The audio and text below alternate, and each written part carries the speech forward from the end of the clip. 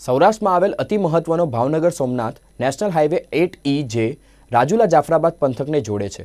National હાઈવેનો road અતિ ખરાબ છે। અહીંથી પસાર થતા વાહનો ચાલકોને ભારે હાલાકીનો સામનો કરવો પડી રહ્યો છે। તેમ છતાં રાજ્ય સરકાર દ્વારા જાફરાબાદ તાલુકાના નાગેશ્રી ગામ નજીક ટોલ નાકો શરૂ કરાતા વાહન ચાલકો સ્થાનિક ધારાસભ્ય સહિતના લોકોમાં રોષની લાગણી જોવા મળી રહી છે।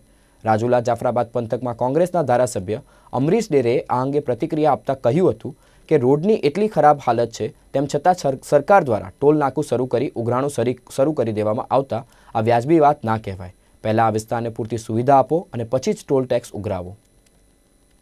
સોમનાથથી લઈને ભાવનગર સુધીનો નેશનલ હાઈવે બનાવવા માટે 2017માં આ રોડ પૂર્ણ થઈ જવાના આરે હતો। તેમ છતાં પણ આજ દિન સુધી આ રોડ પૂર્ણ થયો નથી। એટલી ગંભીર પરિસ્થિતિ આ રોડની છે, ન કહેવું જોઈએ પણ બહેની દીકરીઓને ડિલિવરી થઈ જાય એટલી ખરાબ રસ્તાની પરિસ્થિતિ અહીંની છે। તેમ છતાં પણ સરકારશ્રી દ્વારા ટોલ નાકું ઊભું કરવામાં આવ્યું છે, ઉઘરાણો શરૂ કરવા માટે આવ્યું છે। ત્યારે એટલું બધું દુઃખ થાય છે કે એક તો તમે વ્યવસ્થાઓ પૂરી આપી શકતા નથી અને તેમ છતાં પણ લોકો પાસેથી તમારે પૈસા ઉઘરાણું કરવું છે। આ વાત તદ્દન વ્યાજબી નથી।